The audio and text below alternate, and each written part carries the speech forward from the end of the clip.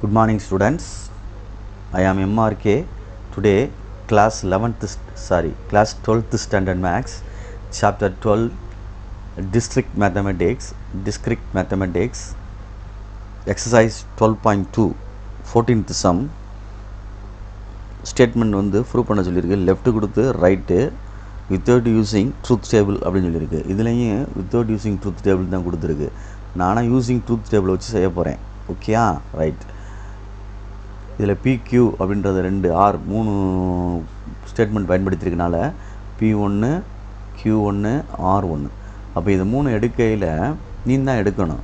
நம்ம ப்ராபபிலிட்டியில் வந்து 3 coins tossed பண்ணால் என்ன விழுகும் அப்படின்னு நான் இருக்கான்னு பாரு. 3 காயின்ஸ் டாஸ் பண்ணோம்னா ஃபஸ்ட்டு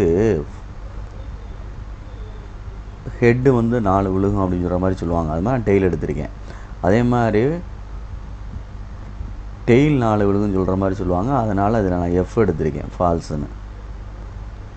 4 ட்ரீ 4 F அப்படின்னு அர்த்தம். 4 ட்ரூ 4 ஃபால்ஸ். அப்புறம் டபுள் T டபுள் F நிதானமாக நேராக எழுதிக்க. TF. Okay, right. TF sorry double T double F double T double F double T double F double T double F. Right. அடுத்து TF TFன்னு தனித்தனியாக TF TF TF TF. Good. இப்போ bracket உள்ள close பண்ணோம்னா Q implies R அப்படின்றது. இதிலேருந்து இது TFனா Fன்னு வரணும்.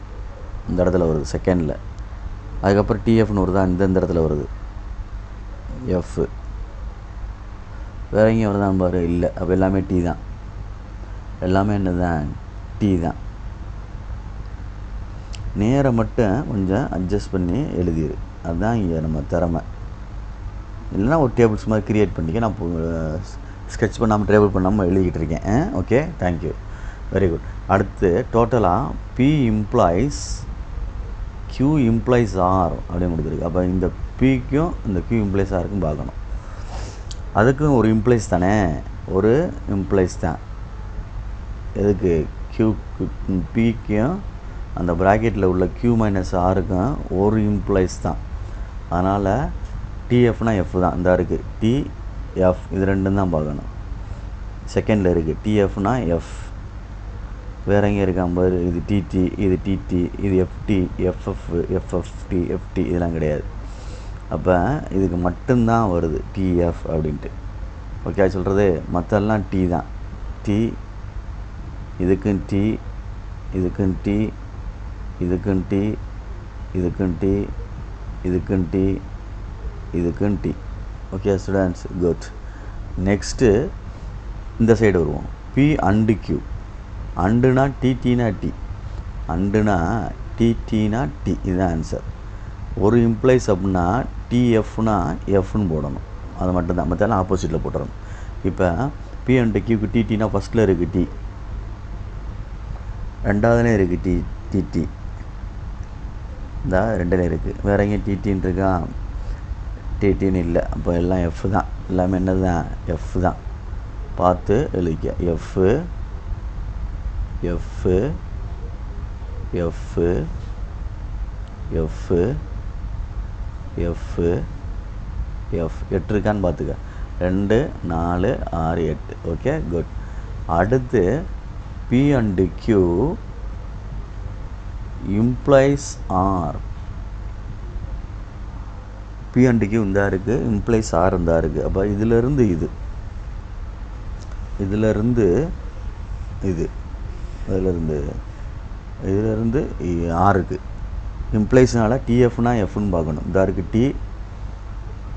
P and Qலேருந்து இந்த ஆருக்கு R இந்த இருக்குது. செகண்ட் ஒன்றில் இருக்குவார் TF. இந்தா இது T, இது என்னது? F. அப்போ TFனா F அப்படின்னு எழுதலாம். நெக்ஸ்ட்டு என்ன இருக்குதுன்னு பார்த்துக்க. FTன்னு தான் இருக்குது எல்லாமே. அப்போ எல்லாமே T T T T T T T T அவ்வளோதான். சரிங்களா? ரைட். இப்போ காலம் நம்பர் கொடுக்குறேன். 1 2 பென்சிலில் கொடுத்துக்கேன். 3 4 5 6 7 ஃப்ரம் அந்த ப்ராக்கெட்டில் உள்ளதில் லெஃப்ட் சைடில் உள்ளது 5வது காலம். From 5th and 7th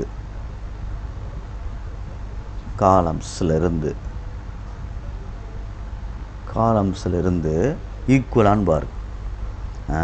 equal. அப்போ 5 = 7 வந்துருச்சு. சரியா? therefore ஸ்டேட்மெண்ட் எழுதிரு. P implies to, Q implies R, equivalent P and Q implies R. Okay, good. Hence prove. Thank you.